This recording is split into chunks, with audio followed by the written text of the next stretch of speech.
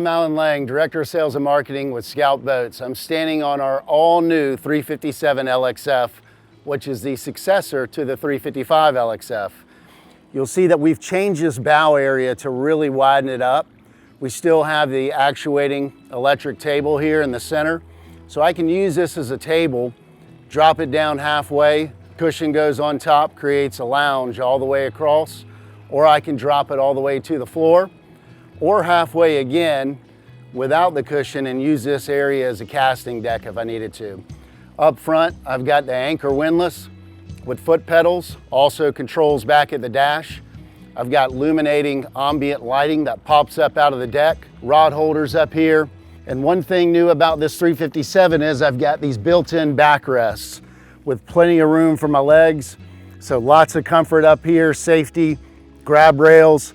There's storage on both sides, and up in the forward part, it gives me access to my anchor chain and rode. Underneath the table, there's a large storage area for extra vests or whatever you want to put down there.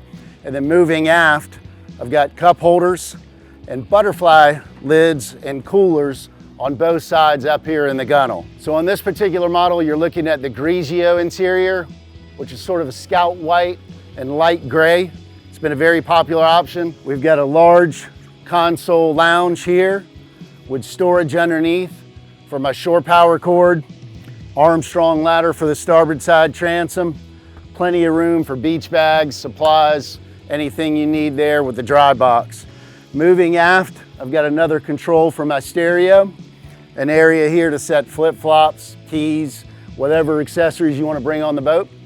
And then moving back to the console, we've touched this up in here with a little bit nicer interior than what you've seen in the past. So down here in the cabin, I've got a great area to sleep for two.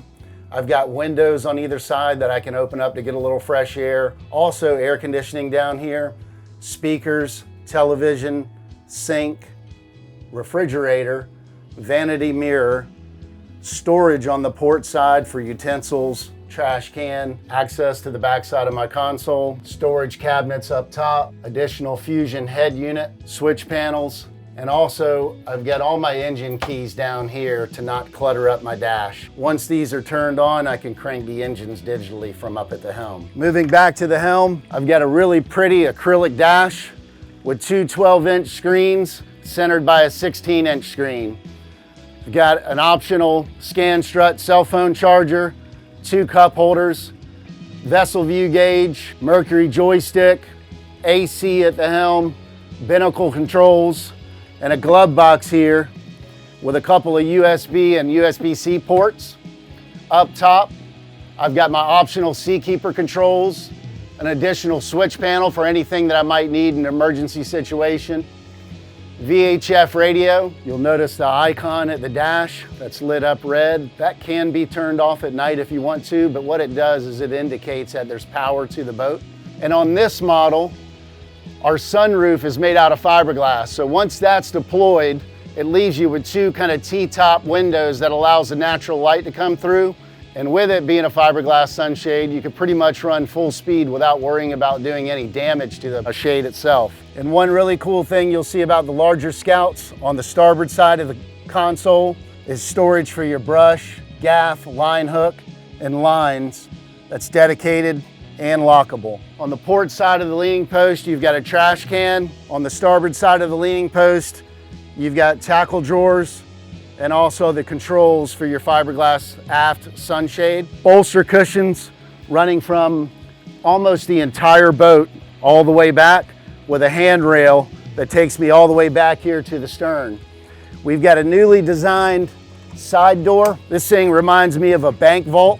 It's so sturdy. The in-floor fish boxes are even larger than what we had on the previous 355 LXF. The leaning post back here, I've got an aft-facing seat so I can watch my rods or sit back here and enjoy time with my friends.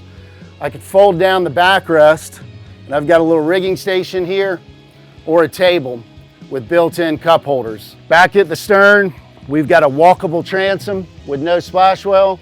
So if you're parked, at a beach or at a restaurant, anybody walking across your transom isn't going to have to worry about slipping down inside of a splash well with rigging running through it. It's all very clean and wide open. On the port side transom back here, we've got a nice built-in storage box. The dive door back here in the stern has been changed to a single door, nice and sturdy, that swings in. I've got split bait well lids, so each side folds over, which reveals a cutting board on the underside, access to my bilge area, and underneath the seat back here, I've got access to my optional Seakeeper or a cooler box, storage box, and I've also got hose reels here for raw and freshwater hoses. At the stern of the boat, you've got a 2-person forward-facing transom seat, rod holders, shore power, engine flush system, starboard side rod storage. One other thing you'll notice about this 357 is the cockpit's just a little bit larger than what you saw on the 355.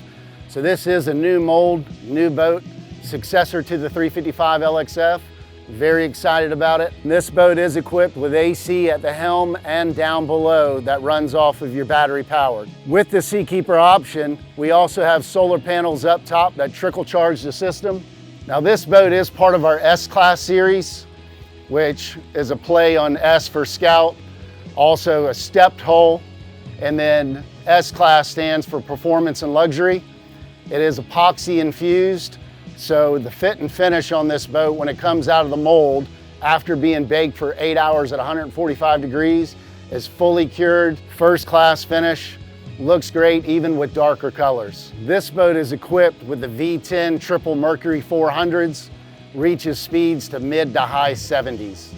Very fast boat. One thing I want to point out about our 357 LXF and our other LXF models is they're known as being the gentlemen's and ladies' fishing boats. They're built very tough, they look beautiful, but they're also great for fishing on top of entertaining, luxury, and they have the appointments that you come to expect in a very high-end fishing machine. Check out the 357 and everything else we have to offer today at scoutboats.com.